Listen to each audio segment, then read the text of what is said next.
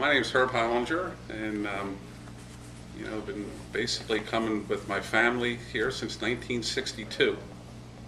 And how that came about was, of course, the storm of '62 came in March, and my parents' house was at 11th Street in Sea Isle, on the ocean side, right where the sand dune is now. And fortunately, their house made it through the storm. I'll never forget, my dad with Mom and my brother were over on the parkway, and my dad had his binoculars out looking to see if his house was still there, because there wasn't many left. It really kind of wiped out that whole area of Sea Isle.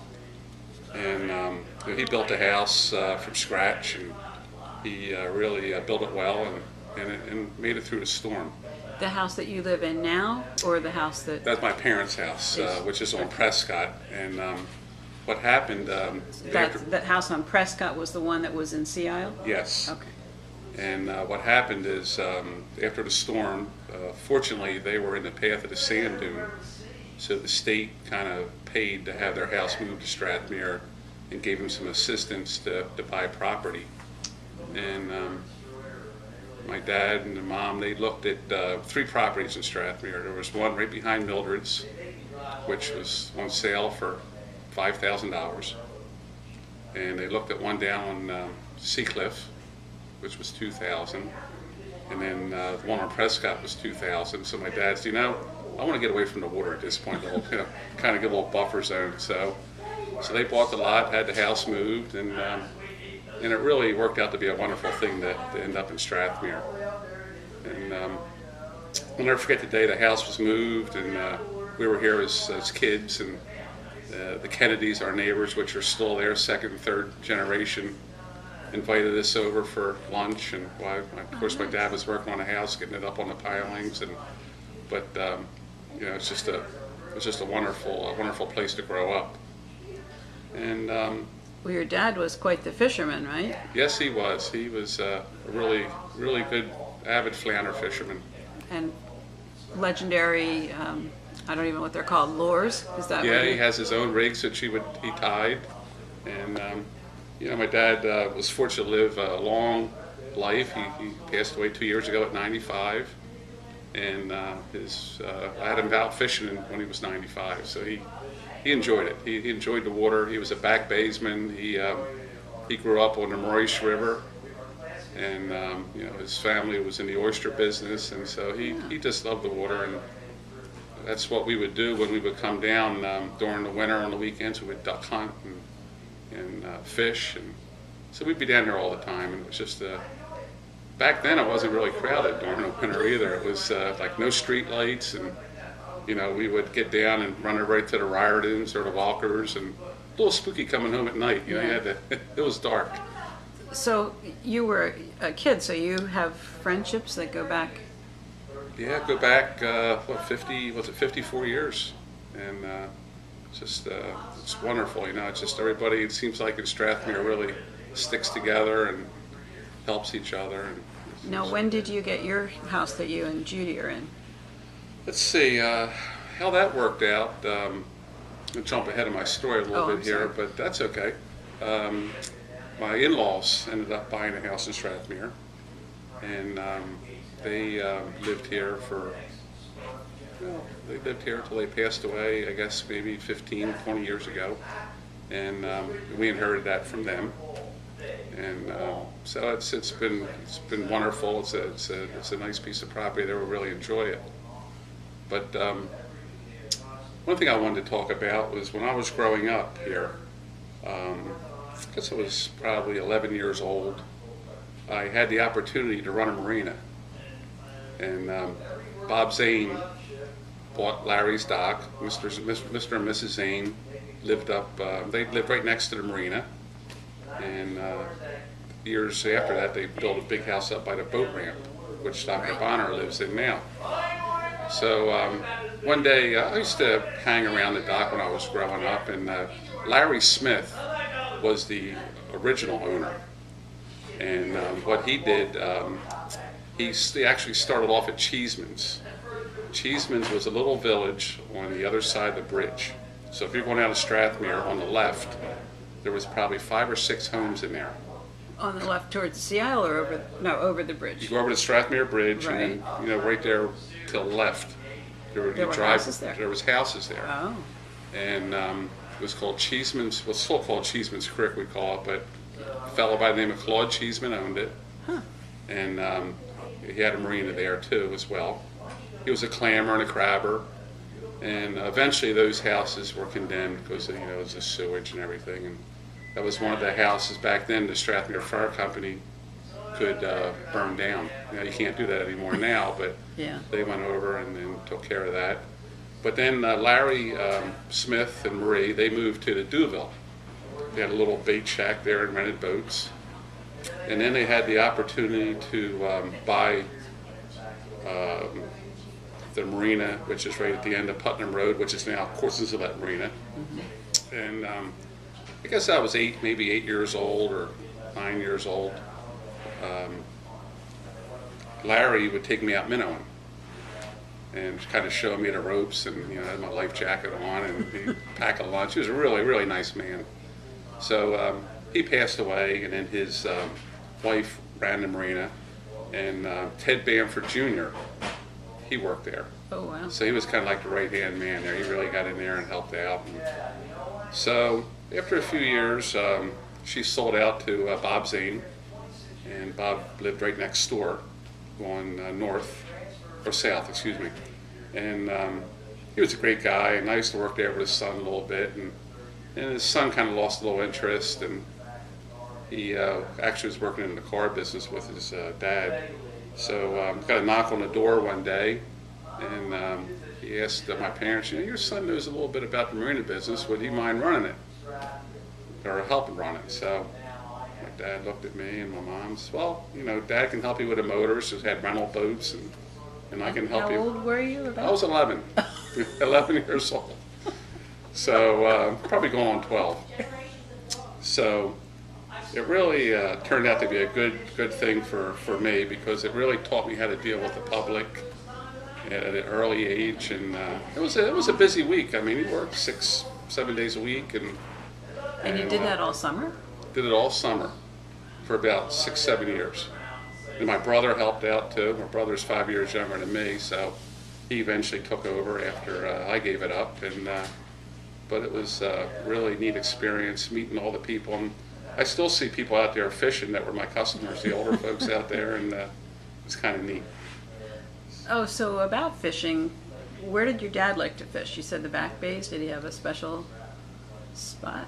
He fished all of the back bays. He would fish the tide. He knew where to go. I mean, he would try different places, and he had his favorite spots. He had this one spot called Joe's Hole, which my brother-in-law, my uncle and my dad used to fish there, and he named it after my uncle, and they used to do real well there, Yeah. certain tides. And my dad did a lot of sport fishing with Bob Zane. Bob Zane always had bigger sport fishing Out in the boats ocean. out in the ocean, yeah. So they would go out there a lot and fish a lot of tuna and marlin tournaments, and he just loved the water in general. It's just a great thing. And how long have you been involved in the fishing club? Probably since day one. I signed up. I think I was like number 11 to sign up, and you know, I'm a past president of the fishing club. I'm still involved. I'm still on the board, and it's been a lot of fun. A lot of fun, and it's really come a long ways as far as the you know, Dick Omrod. He really built the osprey nest. I think we have 23 osprey nests now, and they're all doing well. And Of course, Nightmare. that's coming up right tomorrow. We're ready? Yeah, No, 2 days. 2 days. That's right. Registration. Yeah. And so it's kind of hard to think of being anywhere but Strathmere, I guess, especially. Absolutely. It's I would say it's in my blood. I just love it so much, and I just can't wait to get down here. I love being down here so much, and you know, just being involved with my friends, and You have a busy porch. yes, we do. That's a busy spot in town. You know, it's called the USS Herbert. Oh, is it? Yeah, it's got a nickname. And, So how do you leave on Sunday nights, or do you leave Monday morning? I usually leave on Sunday afternoons. I've been trying to come down on Thursday nights, and you know, with the fire company, we have drills Oh, you're on the fire company too. the first and the third Thursday of the month. So that gives me an excuse to come down on Thursdays and leave on Sundays. Can you picture yourself living here year-round in retirement? I could do it. I don't know if my wife would be up for it at this point in time. You know, she loves it down here, but I don't know if she would do that or not. But I could do it in a minute. I love it. Anything, obviously there have been lots of changes. You were active with the citizens group, and I guess still are active with the citizens group. Do you have any comments about changes that you see in town? Or You know, the biggest difference? Yeah, I see a lot of changes in town. I guess the biggest changes is the houses. You know, there's a lot of big homes being built, which is great. I think it's good, and I think that change is good in some ways, but it's hard to see the old Strathmere go away. You know, I think that there's a lot of people that, you know, are in Strathmere, have been here for years, and that hasn't changed. And there's a lot of new people who are moving in, are very nice too. And I think they catch on real quick how it's a community-oriented place to live. And they're very supportive of everything that's being done in Strathmere. So do you have one big fish story you'd like to share? Do you hunt also? I used to hunt a lot. I don't really have the time now to do that, but probably, yeah, I do have a good fish story. Usually, like at the end of July, flounder season starts to slow off in the back bay a little bit, and you start fishing out in the ocean for them, out on the reefs. And so my daughter's in from Germany, and I took my daughter and my son-in-law out. Let's go fishing for a couple hours. So we were out about 10 in the morning. We're down by the old railroad bridge. You know where that's at, right? Where the old swivel bridge used to be. Right. So my daughter says, well, I think I'm stuck on bottom. I said, well, I'll pull up one, we'll break loose. Then all of a sudden the pole started going like this. Wow. And I said, oh boy, here we go. It's either a skate or I'm thinking, you know, it's not a big flounder. So we get she's cranking and fighting it. And I said, well, take your time, we'll get it up here. And so I look, and when the fish gets up where I could see it, it was a huge flounder. And right about this time, there's a big boat going by making this huge wave. So I figure, well, everybody stay cool, let these waves go by, and then we're going to net this fish. So we finally were able to net the fish, get it in the boat, and it's jumping all over the place, and it happened to be a 10 3/4 pound flounder. Oh my goodness. It was almost 30 inches long. Wow. So that was probably my best story of, you know, nobody will let me live it down. You know, you take your daughter out from Germany and she beats you. She beats you. Well, you taught her well. That's right. With Pop-Pop's rigs. There you go. That's great. Okay. So the village store, the boat ramp. Right, and then she thought that would bring some business into town, and you know, and she was a real go-getter. She was a really nice person. She passed away young. Oh. And then Ernies, where La Fontana was. Yeah, and before that was Harker's Corner. Harker with a K? Yep, Harker. And you know, they sold gas, and they had a repair garage there. They had a one-bay repair garage. And Ernie was the best, though. He was a great guy. We used to go down there, and we were running the marina. And in the morning, all the eggs that he would break, he'd give it to my brother and I, and make a sandwich. And hey, no charge, get out of here. I heard he had good soup too. Oh yeah, and chili. And chili? Yeah, chili was good. And then there was where the pancake house is now. There was a place called the Lobster House there. Really? Yeah, it was an open building with screens in it. Kind of the same structure it's there now. And one of the Daglishes owned it. Oh, okay. And you know, they'd have like seafood, and that was kind of neat. I was there for a while. And of course I heard Eddie talking about his grandmother's place, Florrie's. That was the greatest place. She was really... Was that on the bay? That was on the bay, and then... Where Weaver's? Where Weaver's is, yep. Then there was the starfish used to tie up there. And that was his aunt?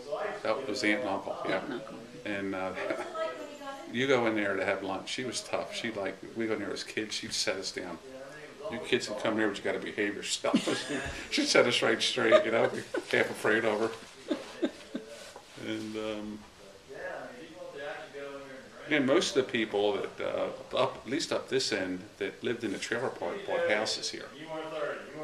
So like the Walkers were in the trailer park, Oh, really? and the Davises, they were the first. The And, Fields. Pat Knast, Snyder, Pat, Knast, I think was her name. yeah, Snyder. I know, yeah, She used to work in the Village Yeah, place. yeah. She came in earlier. yeah. So after Sandy, you got hit pretty hard with Sandy, didn't you? Mm-hmm. And how do you do in other storms? I'm sorry. How about in other storms? Do you weather it pretty well? Or Just do you, about. I missed it by that last storm this year about that Jonas? much. Yeah. So you didn't have water in. No. And didn't your dock end up? No. What Yeah, was the story? Your the slip dock and your boat or Yeah, something? the Bonsalls boat slips Right. ended up on my front yard, and my ropes were right next to my dock on my where I tied my boat up. I can't believe it. The whole 80 feet of dock. You have I have a Jack Clement story. When we were in Bonsalls, we'd never owned a boat, and I had the kids on the boat, and I was trying to get into the Bonsalls slip, and I might have tapped a couple of other boats trying to get in there, and Tony was there and Jack was there, and they came out and pointed to me, and I got the little finger like, come in here. They got in the boat and they Got you did right my in. boat. 2 nights later, we're out tubing, which we'd never done before. Had no idea that it used more gas Right. than whatever. We run out of gas in front of Jack Clements. So I have my hand over my face thinking he won't recognize me. And Right. of course he said, I remember you. Yeah, that's great. This is my 36th year of having the same boat slip at Bonsalls. Really? They changed the docks around a few years ago, but Too late for me. yeah. I tell you, that tide gets rolled. It's hard to get in and out of there. Yeah. And I'm trying to think of anything else that was kind of neat in town. Of course, the Coast Guard. And George would have some really good stories. He could, he would help you out with that. And where was George's house originally? Is that where Cheney's is now? or- Yes, that was a family home. Lovely. And like I said, they were in the trailer park, and then Mom and Dad bought that house.